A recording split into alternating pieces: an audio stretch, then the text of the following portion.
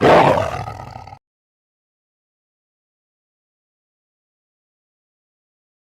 back to another edition of Attack TV. I'm your host, Sean Bisson, here with Attack General Manager Dale DeGray. Dale, we're almost through training camp now, just the red and white game to go left tonight. What have you liked that you've seen out there so far, and how would you have characterized this training camp? Yeah, the camp really right from the get-go has been outstanding. From the day that the rookies showed up, and their attitude and their makeup, I think has been outstanding right from the get-go. You know, even the mentality around the dressing rooms they've been very professional, and I'm very surprised. With how young they are when they come in and they don't know what they're getting into, to the way they performed in and around the rink has been outstanding. At the draft, we talked about bringing a team that had a little bit more skill in drafting guys, putting that premium on skill. Is that what you've seen out there? A lot of skill, a lot of speed? Yeah, I think you bring in Aiden Dudas, who's got a ton of speed to burn, great work ethic, very smart player, high skills. I think it shows. It's very evident when you watch him play that he's a high-skilled guy.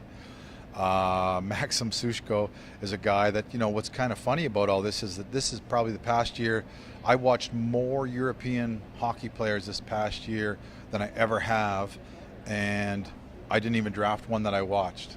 I never watched him, and I made some phone calls on him and all that, but watching him play, he's a real good 200-foot guy with good skills, good compete. Seems to be fitting in very, very well.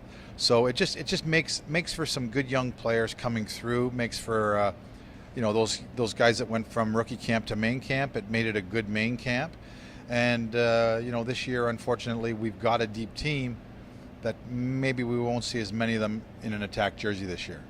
You added players through the draft, but you also added a couple of players this offseason through trades, and goaltender Bradley Van Schubert and overage forward Matt Smalls. How does that affect the makeup of the team this year? Because now we've got 3 or 4 goalies battling for a spot, as well as 5 overagers, and you can only hold 3 of them. Yeah, I know we've always talked about having competition for positions, and I think this might be maybe a little bit overdoing it, people might think, but it's really, I would rather have the guys here and have the competition in Owen Sound as opposed to somebody else having those players and then we have to go and get them eventually. I think the cost is a lot more at that point. When we did it, I think that it was more of a moderate cost for both players, and it gives them a chance to come in and see where they stand and earn spots and earn ice time and earn positions with the coach at that point. So no, it might seem a bit odd, but I think as we move forward here, I think it'll all play out in the manner that I believe it will, and it'll just make us a better, deeper team. When you go down to get to your final number, those 23 or 24 players you're going to have on the roster, some guys will be moving away to NHL camps before they come back for that. Does that affect you at all when you're making those decisions as far as how many guys to have through exhibition in the start of the regular season? Yeah, generally it's more of a concern than this year, because this year we're going to get all 5 of our exhibition games in before any of those guys have to go to camp. So we're sort of fortunate in that regard. But so for those guys, it's great.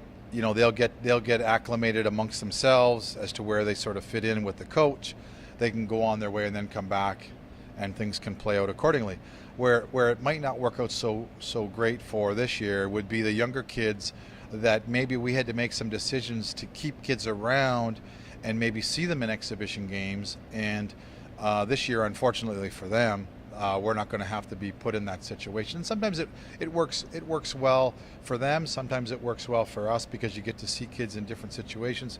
This year, it's probably going to be a matter of some of them going back and playing Junior B or Junior C or Tier 2 Junior A, and we'll have to get out and watch them and then make some final decisions, in their first week or month of the season. I just hope they don't have a hangover from the effect of maybe not staying here and going back and feeling bad about themselves once they start their seasons.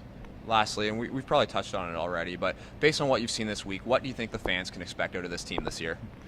Well, I think if it's anything, like we saw last year with really a rookie coach in Giller last year, I think him being able to be here for a year, come back with probably more tools in the chest than he had last year. I know as a hockey guy, I'm pretty excited to see what's going to come of that, quite frankly. I think the boys that are going to be here that are going to start the season with us will probably be a higher level of skill and ability than what we started with last year. So with the boys that are coming back that know what Giller's like and what they should expect, I think it's going to be pretty exciting. Awesome. Thanks a lot for your time, Dale. No problem, Sean. Thank you. This is my home. Been there about 12 years. This is the tree that once shaded my backyard. And here's what happened when a storm blew through our neighborhood. Oh man, what a disaster. Fortunately, my wife knew just who to call. The experts at Balfour. So to recap, my home before the storm, my home after the storm. Or the way I see it, my home before Balfour, my home after Balfour. Balfour, your home, your life, our promise.